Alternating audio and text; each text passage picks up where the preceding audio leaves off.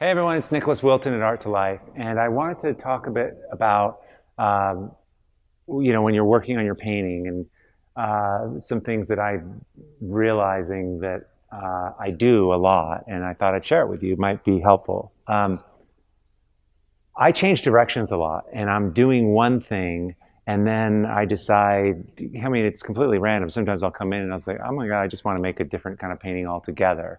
But I've done all this work on it. So instead of just covering up everything, I sort of back out of a direction a little more thoughtfully. And because it kind of stacks the momentum, it creates a lot of interesting surfaces and textures if you go backwards in a way, instead of just covering everything up and losing all that history. So, for example, this picture had a whole bunch of green shapes on it, all these shapes, and it's red and green. And I decided that I just want to try and make a red painting, and I didn't really love these shapes so much, and they were bright green.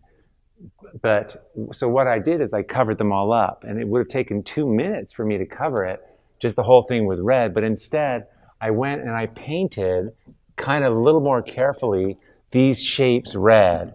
So the background was red already, but I'm going in and I'm painting these shapes red so you don't really see them. But of course, you can't perfectly paint it out, so there's a halo, there's a history of those shapes. You get it? Like, they're not that noticeable, but they're all there. They're included now in the picture, and that's adding some richness and surface to it.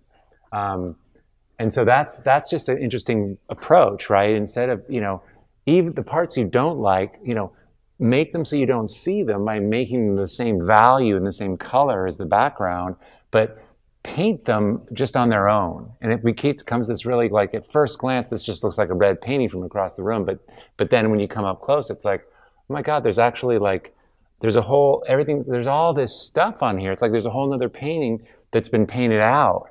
And that history, I think, is really interesting, and it brings some cool things. Plus, then when you come back, you can come back and you can bring those up.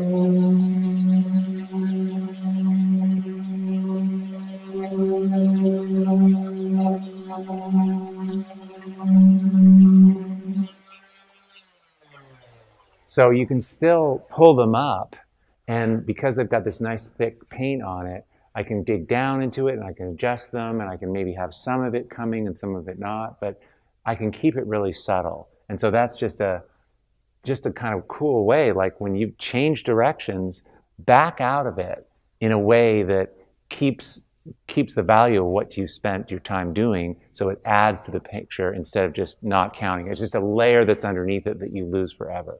Anyway, you might want to try that. I get a lot of really great surfaces by doing that. Hope you're having a great weekend. Let me know if this makes sense for you or what you do in the comments below. Okay, thanks.